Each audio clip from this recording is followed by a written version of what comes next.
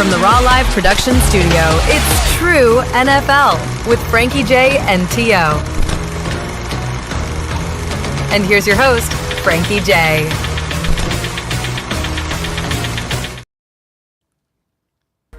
I am indeed Frankie J. This with me is three-time Hall of Shamer T.O. We're here for a Thanksgiving Eve show. Happy to be here. Stay till the end. We got a lot to go over today. A lot of funny stories. It could be funny stories. In any event, T.O. Thanksgiving Eve. Thanksgiving's. I don't know. You know what I'm talking about. Thanksgiving Eve. Yeah, happy Thanksgiving Eve. Yeah, that. Quick, before we do the On This Day, what's your favorite turkey dish? What's the unsung hero? Ooh, getting fancy. For me, it's the green bean casserole. Ugh. Really? I'd love to know people's comments on this. What is your favorite, other than the turkey, obviously? Your favorite side dish? What would you say? Well, I'll hold that until after you're done with your On This Day. All right, let's do the, let me get in here. Do a little of the On This Day. 1968. O.J. Simpson wins his first Heisman. Good for him. Or wins the Heisman. You can't win the Heisman more than once. Did he steal it back, Mr. I Can't Go Live on Facebook? He might have. He might have stole it back. 1995. Dan Marino. That was always my favorite quarterback. Dan Marino. Broke the NFL record in career passing TDs with 343 at that time. Yep. He was such a prolific, pure passer, if you want to know one. Dan Marino. 1917, NHL was founded with 5 charter members. I believe 2 of them were out of Montreal, too. You had the Canadiens and some other Montreal team, if I'm correct there. So that was 1917, long time ago. 1989, our boy here in Buffalo, Squirmin' Thurman Thomas, surpassed 1,000 yards rushing for the first time in his career. 1989. Better known as the Thurminator. Squirmin' Thurman. You know how many 1,000-yard seasons he had? A lot. 8, to be exact. That's not too bad for his... No, especially back then when 1,000 yards meant something. Now 1,000 yards is 50 yards a game. Who cares? 1963. Pete Rose. Pete Rose wins NL Rookie of the Year. Wow. Yeah, I love Pete Rose. I think he should be in the Hall of Fame, and that's just my opinion. 1961. This guy becomes the first NHL player to play in 1,000 games. Can you name him? Wayne Gretzky. Gordie Howe. Oh, yeah. You're right. I should know that. That's it. That's what I got on the old On This Day. Nice. That's awesome. Well, first and foremost, I want to thank everybody for tuning in. I'm not sure if we're showing up live on TO's Facebook right now. There's been some technical errors, and we have yet to figure out why it's not working. In any event, we're live over on YouTube, on X, and our Facebooks, and we just want to thank everybody for being here each and every week and subscribing, liking, sharing, commenting, all that good stuff. And we do hope everyone has a great Thanksgiving. We have a great week of football. We have football Thursday, Friday, and Sunday this week, Todd. And that's exciting. I love Thanksgiving football. The Black Friday game is a newer thing in the last couple years that I know of. But we have some really fun stuff to go over today. And one thing I want to start off with, because I wear glasses, and anybody out there listening, feel free to drop a live comment. What's with all these head coaches all of a sudden? Not all, but a few that have just never worn them. They're starting to wear glasses. It started with the Bills coach wearing, Sean McDermott started to wear glasses. And then Dan Campbell over in Detroit started popping reading glasses on, hanging from his shirt, puts them on when he's play calling. And then Sean Payton, and then others are starting to wear glasses. Is there something I need to know about coaches wearing glasses right now, or is this just a thing? Well, I wanted to say it's because they read a lot, but I'm going to have to look into this. This could be some kind of conspiracy. Is it a trending thing, or are they AI glasses? Dun, dun, dun. Very well could be. Dun, dun, dun. I wouldn't doubt it. Now that you bring that up, I'll have to look. I'll have to look and see how many coaches are wearing them. I'm going to chalk it up for they have to read. They have to read, but they've been doing it a long time, and then all of a sudden, a quarter of the way through the season, they all start popping these glasses on. I don't know. I'm not a conspiracy guy, Sounds like it. No, I'm not. Oh, okay. I'm really not. I'm really not. I'm really not that guy. This seems a little bizarre to me, the glasses thing. Because I don't like wearing glasses. I'd prefer contacts, but I'm out. So for me, especially in football, if it's raining or snowing, it just seems like there's a different reason for it. It's almost as I don't know. It's almost as shocking as Cleveland punting from the 30-yard line in a game where if they would have kicked a field goal, it would have busted the over/under. It's almost as weird as that, isn't it? Yeah, we just talked about that over on our other show. Strange. NFL. Yeah, that's definitely the strangest thing I've seen. Typically, when you're in that end of the field, you either close enough to go for the field goal, and if you're just a little too far out, you take that, delay of game penalty to get a little bit more room to kick the ball. They didn't even do that here. It was just weird. It was a 29-yard line that they kicked it from. So, Roger, we do this every week. Roger Goodell, if you're out there, I'm not a believer in conspiracies like that of T.O. However, things are starting to look a little goofy, a little fishy, perhaps. Maybe you can explain why these plays are happening.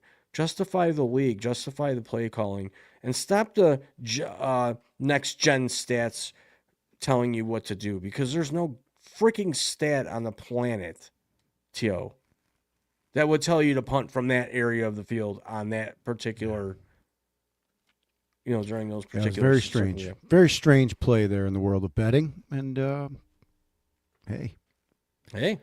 Could be in the glasses. Could be magnets in the goalposts. We don't know. Jeez, with this magnet thing. And there are people talking about it, T.O. I'm amazed. I've been doing some reading and scrolling and doing all that kind of stuff, and it's starting to come up where there's other conspiracists like you that are a little off, a little nuts, a little obsessive with certain things, like believing in Sasquatch and for sure, believing in this and believing in that. And he's got his Sasquatch shirt on. Didn't even realize that. 6 hours away, and sucker has his Sasquatch shirt on. Should be a hunter of them. But this, stuff's starting to kind of look a little silly in the next gen stats way of why things happen. It used to be no one went on fourth down, but now they're all going fourth down. Yeah. The more you weren't born with your eyes open. You know what I'm saying? Sometimes people come along and they help you open your eyes to these things. And I think you're becoming well aware now that maybe some of these games aren't what they seem to be. I'm overstimulated, as you would say. Well, hey, it's drama. They love drama. It's always been part of the game. Just sit back and enjoy it. I can't really knock it because I watch them just like everybody else. Fake or not, real or not. If I'm right, wrong, it don't matter to me. I'm watching it anyways. I love fantasy football. I'll always watch football. I always watch it too. Even certain games that are, well, I'm gonna like detail what I just said. If it's just one of those games where I'm just like, man, it's 2-10 Jets or against 1-in-a-million Tennessee Titans, I'm probably not gonna watch it. I might watch the opening because if it's a Monday night, I like the Chris Stapleton Snoop Dogg intro. I like the intro of Carrie Underwood on Sunday Night Football, so I would watch them like for the few minutes of opening and stuff like that. But other than that, I probably wouldn't watch the game. I pretty much try to watch every game on Thanksgiving because there's nothing better than food, family, football. Oh, you're talking friends, Thanksgiving. Fun. Well, now I am. Every game. Now I am. Well, you fooled Would me, you buddy. watch that Titans game on Thanksgiving? I would. Is it early game or late game? This matters. Yeah, before the tryptophan kicks in there. Right. I mean, if I eat my turkey dinner and I'm full and my hand's in my belt buckle and I feel like I have to poop, but I don't really have to poop and I don't get up because I'm so sleepy, I'll sleep through that game. Yeah, definitely.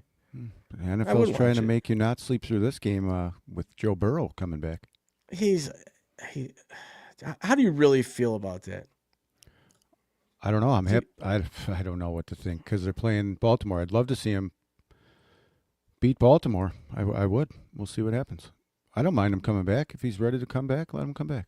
Season's over, so what? Cincinnati's got nothing to look forward to. The guy gets hurt every year anyways. Throw him back in there. Okay. We had this debate before about when it's time. Like, we'll get to the New York Giants and Jackson Dart here in a minute, but to finish up here with the Joe Burrow thing, if he's your guy and he's already gotten you to a Super Bowl, let's put the injuries aside. If he's your guy and he's the one you're invested in, he's your starter no matter what. Even with a Joe Flacco there, if he's winning games, they're going to pull him and put him in. That's just the way it is. He's their guy. Where do you draw the line on protecting him and putting him in? It almost seems to me like, are they just putting him in to keep the fans happy, to say he's ready, but he's really not? Like, that's where I get a little bit confused on why would you play him now if there's no chance of you making the playoffs? Why? Everyone knows it. The fans know it. Let Flacco play it out, right? Maybe wins a game or two more, a few more games, and finish the season on a high note, knowing that next season, 6 months from now, you have a healthy Joe Burrow. Why even risk putting him out there? What was his injury anyways? Turf toe or something. He had bad turf toe. You got to let that heal, man. We'll see. I don't know. There's been a lot of people coming back from injuries at crazy speeds these days. Who knows? We'll see. Yeah, but that's... I'd put him in.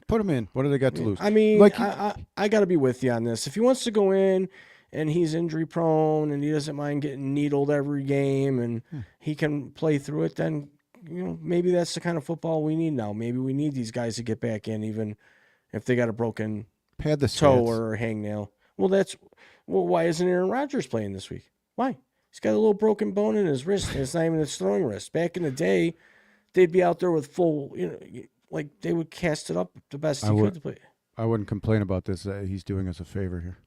Well, I know that, but I'm just trying to make a point here. Yes, it's good that he's out, but Mason Rudolph is a very capable backup, as we have seen before.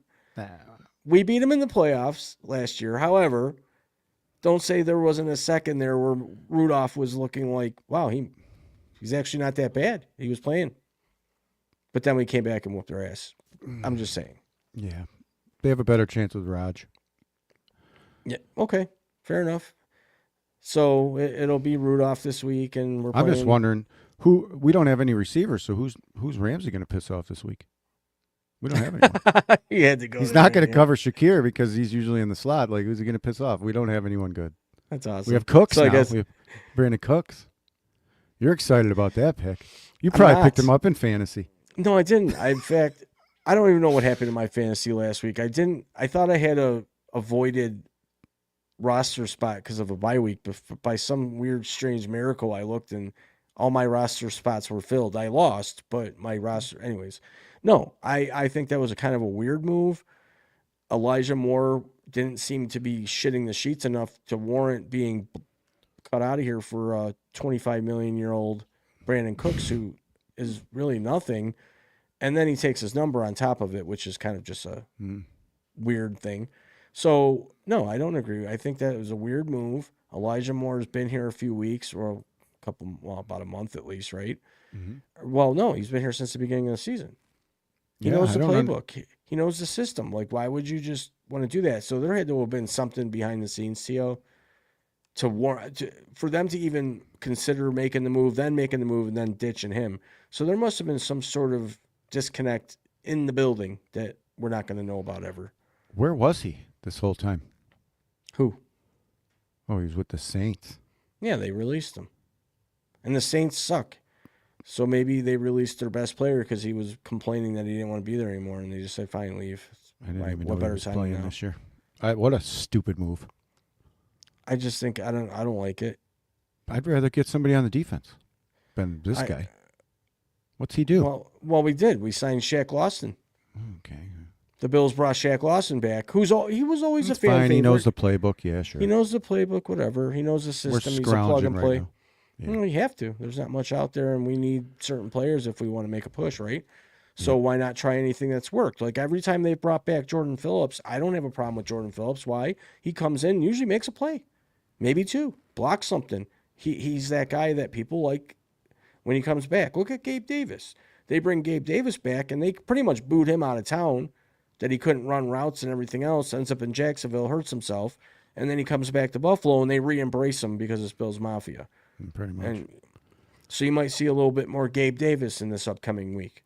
You don't know. I mean, who knows? Maybe they're going to focus in on Gabe Davis and make that Brandon Cooks maybe a distraction. I don't know. Funny, the two guys we let go are in first place. Who? Diggs and Hogan. Hogan. I'm not talking Hollywood Hogan. I'm talking about isn't it Hogan? Who was that sweet guy last year? Or no, not him. The other guy from New England, Barefoot Boy. Oh, Matt Collins. Yeah, who did Yeah, I he say? just signed an I'm extension. thinking of that other guy they used to have. Matt Matt Collins. Yeah, I was mad when they let him go. You remember that? I was pissed. I was like, why would they let him go?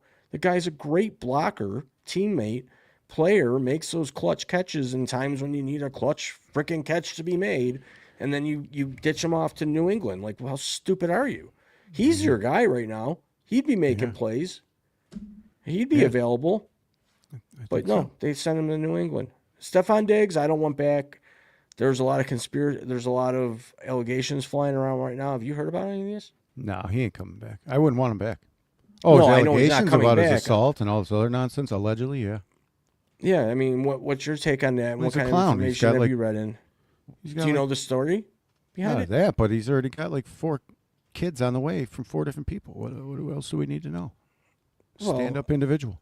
I'm not talking about that. I'm talking about these latest allegations where Stephon Diggs, was out with his entourage or people, and he tried to get one of the male figures to do what he wanted him to do. So there's allegations right now, and charges have been pressed by this guy saying that Stephon Diggs tried to assault him, essentially, violate him, rape him, whatever you want to use. Oh, is that what he was doing? Yeah, there's allegations that he was trying to do that. And this guy had, according to what I read, and this could, whatever news, Stephon Diggs' brother, Trayvon, was part of it because they were all hanging out as a group, and Trayvon covered up saying, we're going to give you money and you're going to keep your mouth shut about this and da-da-da-da-da and all this other stuff. This was all over the news like months ago before he went to New England. And then New England took him, and then the story died out, fizzled out. But then all of a sudden recently I just saw it trending again on the news. Oh, maybe it's going to be brought back up in court probably after the season, I would gather. Well, he denies it strongly, just like he denies the pink powder on the boat. Well, yeah, deny until you die. But, I mean, it's just like, what's his name? Jamar Chase clearly spit on Ramsey, but will still. Well, he apologized to everybody but Ramsey. Did you hear that? Did he came out with a 2-minute apology, and it was like to everybody but Ramsey, which was kind of funny. What's worse, getting spit on or that dude dick punching that guy? You know what? That dick punch is something else. Let me tell you. I think they're both in the same. And people, I put a short up on our YouTube channel. Anybody out there listening, at Raw Live, RAWWLIVE, go to the shorts, and it was like 12 seconds long, and the guy clearly punches him right in the dick, and I had people on there responding saying that it was AI generated. I'm like, this just happened last night on Monday Night Football. I don't even know how to AI that. It was as clear as day. Well, the guy that punched him got suspended actually today. Well, yeah, there was a lot of. They were going back and forth that whole game. I mean, Jennings was leg whipping him, hit him in the back the play before. There was a lot of shit going on, but you hear about in the scrum and like they're going for a fumble and guys would twist and pinch and rip people's. You know what I'm saying? Yep. But not right there where he's just goes down and goes right for the punch. I mean, he did like the perfect, straight on left foot. I mean, just poof. Cup check. I don't care if. Pretty much. I don't know even if those guys, some of them even wear cups, to be honest. I don't know. I would. I mean, you're playing football. I wear a cup when I play sports. Yeah. A couple acorn shells for you. Yeah, I'm sure you. Whatever you got to do. Now. Hey, at least I can go live on Facebook. There you go. Yeah, I'm probably banned. T.O. getting banned from Facebook. Is that a new Wouldn't thing? be the first time. You think Josh Allen's messed up because he's married? I do. I said this. I said this right when he got the girlfriend. I said, now it's done. Come on. You can't. I said, man, this. that other girl was better. The other girl is better. I'm going to say this. I did say when he was getting serious with this Haley or whatever her name is, that his game's going to suffer, and it didn't right away. We had a run last year, but then he had to do the unthinkable, the unimaginable, the thing that nobody should do ever if they have the opportunity not to. And I did it twice and it didn't work. He got married after like 5 minutes of knowing her. And she's a very big supporter of him, as we know, right? She supports him. She wears his jersey and, goes with him and holds his hand. And she's like, she does that. She's a girlfriend or a wife now. Then they do a movie about the Bills. Oh, God. A Hallmark movie that I have yet to watch, which I probably will just because it's a Buffalo Bills movie. I heard it was horrible. There's another one out that's even worse. It's like a indie film that was done, and it's just completely horrible production where they take scenes and parts of like footage of the 90s and the actual crowd and the actual players, and they implement it into a movie with a storyline with horrible cinematography. I'll have to look up what the name of that movie is. I think it's on all the free streaming. So basically, you think the quarterback will play his best football while he's in the honeymoon phase?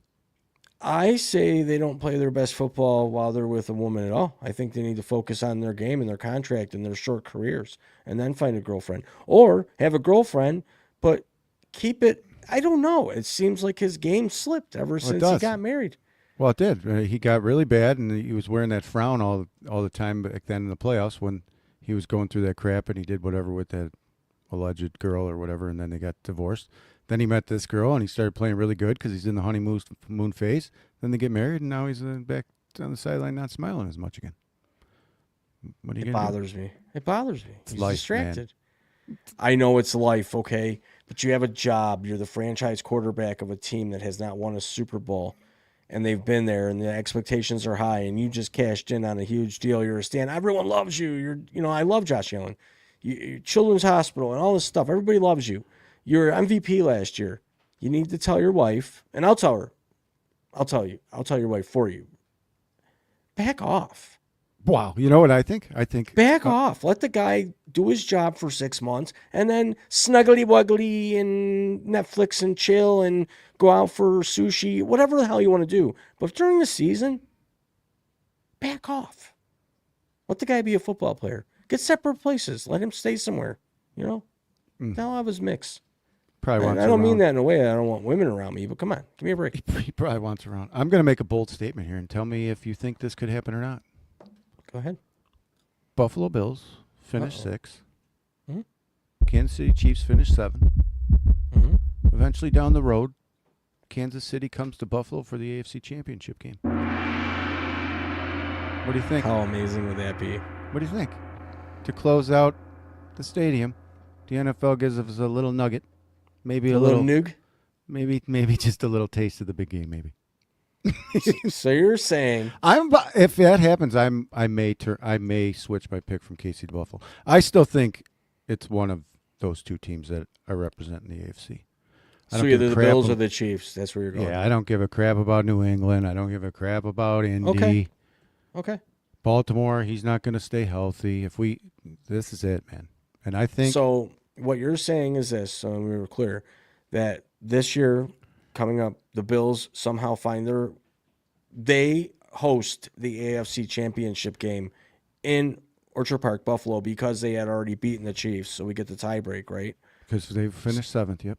Right. So that's going to be the game, and the Bills are going to get to the Super Bowl. I'll let you know. Who's going to the Super Bowl later, but I think that is a great storyline for the NFL to knock a stadium down. And we already figured out that that's what they're doing. I thought that they would memorialize the stadium in some way where others could use it. And no other way. The Astrodome is still there. That place is a health hazard, but it's no still other there. way to close this stadium down with all the shit that's happened in this franchise than to host the AFC Championship game against that team. True. And hopefully not lose. And then question is, we go to the Super Bowl and who do we play?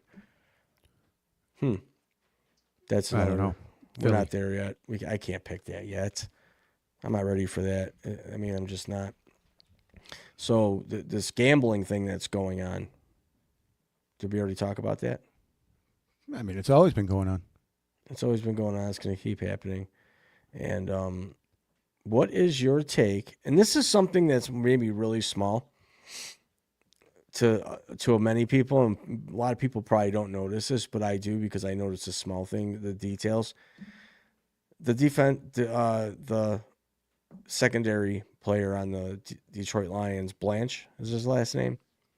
He has a green mouth guard that he cut the top part off, and he sticks his mouth guard right in the top of his helmet in one of the vent holes, and he leaves it stuck in there.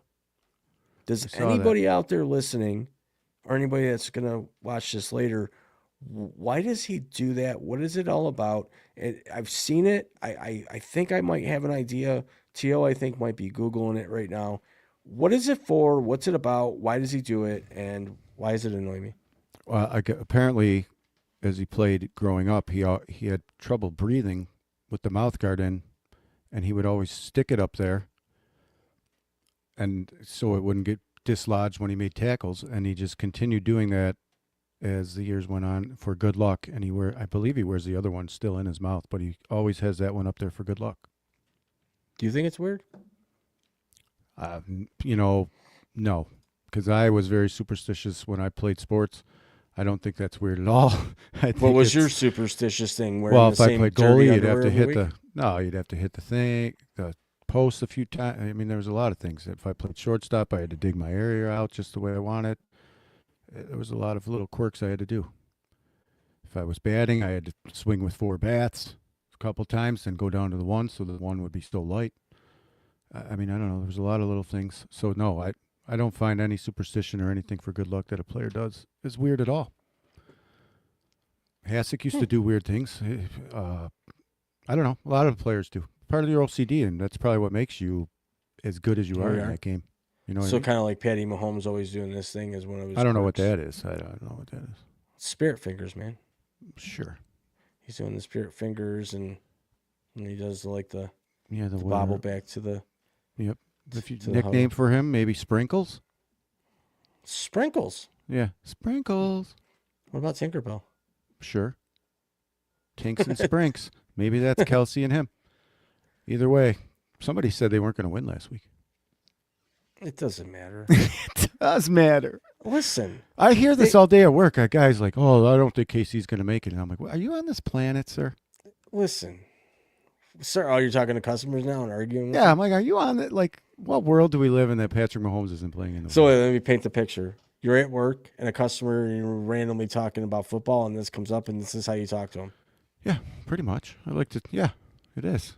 So you say what? It's like, what planet are you from? That you believe that this is going to happen, that they're not going to win against Daniel Jones. And people don't have answers. They're just like, they're just not as good as they are. It doesn't matter. We saw what happens. 13 flags in that first quarter. You knew right then they weren't losing that game. It was like, it doesn't matter that they're not that good. Because it's not real football. You're stuck on the narrative. You are so sure stuck I am. on it. Well, I love the narrative because there really isn't one right now. No one's talking about it. No one's saying the Chiefs are going to go to the Super Bowl. That's what they like. Well, it's going to be a little surprise, a little shock, but it's really not shock. Okay, so you think this is the Bills' year, and they're going to take the place of the... after I think of this dynamic right here, I have a hard time thinking we're going to lose, but then at the same token, I have a hard time not seeing Taylor Swift run out there and hugging Travis Kelce as they win the Super Bowl. Ugh. So maybe we host it. I hope we do. I think that is a very... we finally get over the hump in Orchard No, I Park. think it's a possibility that we host them here at 6-7. 6-7. Why? What is that going on? Well, it's a satanic thing, but we don't want to get into that right now. It's a lot of things that the kids are saying these days, but that's not healthy.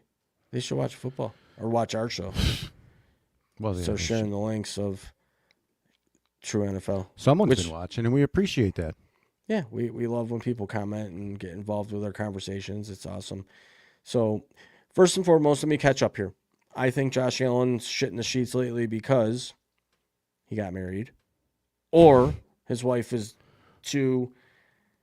Maybe they have a sweet relationship and they do have their cuddle time and everything's happy and they're in the honeymoon phase. Great. Something's going on where you need to back off and maybe not worry about his socks being clean. Let him be who he was before you met him. Let him be the MVP of the NFL. and get in there and play your game. I think his marriage screwed him up. I'm going to stop blaming that girl or woman, and I'm probably going to blame the play calling of the Buffalo Bills. Well, that's another thing that I want to see happen, and I'm real advocate against firing coaches. I think this is an offensive coordinator problem. I think Joe Brady is not the answer. I didn't like it when they made him the head offensive coordinator after, wow, he did good to finish out the season. Good for him. But he hasn't really shown me anything this year. Someone brought up a point. Who? Why can't Josh Allen just audible out of the terrible play calling? Well, Josh Allen would have to grow a set of balls and say, I'm taking over, screw you guys, and not listen to what's coming through his helmet. Right. Where are you getting these comments? Oh, well, this was on last week's show. Someone commented and said, how come Allen doesn't? And I said, I'll bring that up next show. Well, he can. He could. He could be defiant. He needs. I've been saying this for a while. 6 years now? Because he's in his 8th. So I'm guessing like 5-6 years, probably been saying it. What, me? Yeah, that he should probably take over the play calling. I think he should just call his own plays, man. I mean, come on. Jim Kelly did it, got the 4 straight Super Bowls. They're out there. They're on the field. And another thing that still overcooks my eggs is offensive coordinators or defensive coordinators are both sitting up in a box. Get down on the field with your players, man, and feel the energy, feel their anger, see how they feel. Look at the screen with them. When you're up in the box, all you're doing is looking at the overview of the field and saying, well, you were open last time. This was happening, and they're calling out plays, but they're not down there. Like when Josh comes off the field and says, what are we doing? Isn't that enough for you?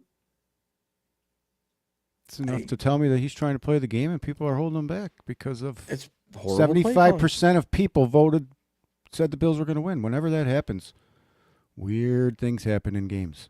Uh-oh. And NFL and Vegas has to make their money. So we saw the upset you were going to see there in Houston when 75% or more people take the Buffalo Bills. That's what happened there. Plus, we're coming off a short week, if you want to make that excuse, but we really played hard against Tampa. We're a short week. They're coming, with this and that, but the real reason is more than 75% of the people thought the Bills were going to win. Flip the script. Yeah, I mean, I hate to say that it's something that it's something's happening, and I don't think it's all referees. I think there's. The funny part about that was my buddy Steve and I were watching that game, the Bills game, and I'm feeling confident the whole way. I'm like, oh, the Bills are going to win it. Don't worry, this is setting up for big Josh Allen to go through and just get us that winning touchdown. And it was 3rd and like a million, and he's like, oh, we're done. And I go, no, dude, we're going to make some kind of fucking miracle play right here. And then they do that awesome play with the hook and ladder. He gets the first down. Then it's another one.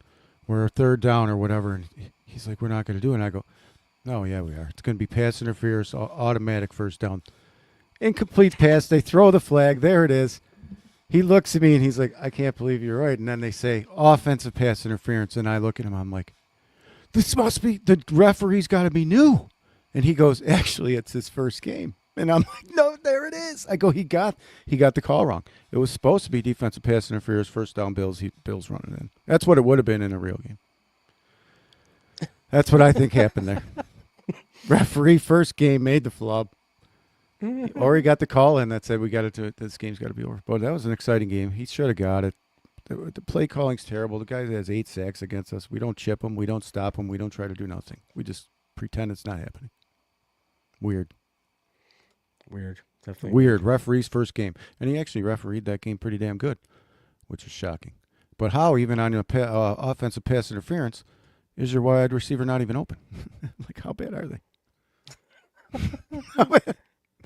They did show one play where he tried to squeeze it into the end zone, Josh, and Dawson Knox was wide open. I mean, he had 20 yards to run. He would have, even if he got caught up to or got tackled, he would have been down maybe in the 2. But he was wide open when he tried to throw the ball to, I don't even know who the receiver was. Such calls. The play calls are dumb. And Josh is better when he gets outside that pocket and is able to run around and reestablish some backup routes or whatever you want to call it. Get open routes after your route busts. And they're not allowing him to get outside that pocket. He's sitting there when he would normally bolt and be outside and find something. He's sort of staying trying to stay, and then at the last second tries to sidestep his way out. And you got 2 seconds to think, man. If that pocket's crushing and you normally bolt, make your play. But it's like they're saying, don't go out, they're trying to keep him from getting hurt, is what it is. Oh, yeah, for sure. He's going to get a lot of pressure this week, too. No. It's going to be a game. Vegas thinks so. It's supposed to be a low-scoring game. That doesn't favor us, I'll tell you that. Well, low-scoring games mean that we don't get touchdowns. The Bills don't get touchdowns when it's a low-scoring game. Pittsburgh always worries me. They play us tough here no matter who's playing. Well, the game's on the road. Yeah. Oh, yeah. We're in Pittsburgh. Yeah. What if we lose? Jeez, state of the Bills if we lose. Depends on how we lose, Tio. How are we going to lose? Like, if we do lose, how did we lose? Did we lose because the offense shit the sheets? Our defense was Swiss cheese again? We had a player get injured. 3+ turnovers. Mismanagement of the clock. What's the reason that we lost? Because you don't just lose. There's reasons why. Could it be turnovers? Could it be, our special teams was awful? It could be a lot of things, really. We should win. We should just win so we don't have to have this conversation. We should win. Right? You think we catch New England at all? No. Okay, good call. Good call for the 6th seed there. I really don't. No, I think they're too far ahead. They got a game upcoming this week. Who do they play this week? I'm in on this 6-7 stuff. Us 6, KC 7. If that can happen, somebody in the comments let me know if KC can finish 7th or if vice versa. I'm feeling it. I mean, they're still flirting though. It's one of those things. Could they at the last second? Can they change up? They beat Dallas this week after Dallas looked so good against Philly, and then you got the Giants visiting the Patriots this week. Now this is a Monday night game, December 1st. I think it is the first. Yeah. Could that be something that turns into a? No. I don't want to say. I don't want to speculate, but based on the way the Patriots have been playing, they should just win that game. The only upset I can see happening this week in a weird way is Cleveland beating San Fran. We were talking about that earlier over at Lock 22 Productions on YouTube, our show NFL with James Marves. Yeah, that could be one of those games where you're like, could this happen? McCaffrey out in the first quarter with some kind of weird injury? Where we don't want to call injuries here. Looks like a broken rubber band like it did in Buffalo where his knee just exploded. Yeah. Or was it his calf muscle just went blah, blah, blah, blah, blah, slow motion camera? Remember that? I can't believe he's still healthy. I can't believe he's still even playing. I'm going to get stem cells. Is that what it is? That's what it was. He goes over to Europe for him, right? It is what it is. Special. Well, why can't I get stem cells? I don't know. You don't have money. Is that all you got? It's not covered by insurance yet? I don't know. It sounds pretty sketchy to me. Would you do it? Sure. You would do it stem means cells? I'm going to be healthy. So, Mr. They should be giving it to average Joe. This is for a different show. They should be giving it to every average Joe. Don't just save it for these guys. I got to get up for work tomorrow. My back hurts. Stem cell it up. Stem cell it up. See if we can grow another person here. Let's go. Would you clone yourself? Who wouldn't? You have any? The best conversations I ever have are with myself. Even about football, right? Pretty much about anything. You learn a lot. Learn a lot about yourself. Do you talk to yourself a lot? One should, I believe. I mean, I talk to myself, but I don't feel I'm talking to myself. I feel I'm talking to a wall or air or somebody out there maybe listening. When I talk to you, I feel like I'm talking to air too. It happens. Yeah, a lot of hot air getting blown out of that mouth. Yeah, right. Speaking of which, our picks last week, not sure if anybody follows along. You were 12-2. I mean, it sounds about right. I was 11-3. Goddamn Bills let me down. The Bills let me down too. And the only game that we didn't agree on, well, there was two, obviously, because you were 12-2 and I was 11-3, were the Cincinnati games. You took Cincinnati and you took Kansas City to win. I took Indianapolis and whatever, but that was the games. And then I took Vegas instead of Cleveland. So that's where you got me. Cincy last week was my upset of the week, so I don't expect Cleveland to beat San Fran, but I'm just saying, would it shock me? No. Nothing shocks me anymore with this league, this whole year.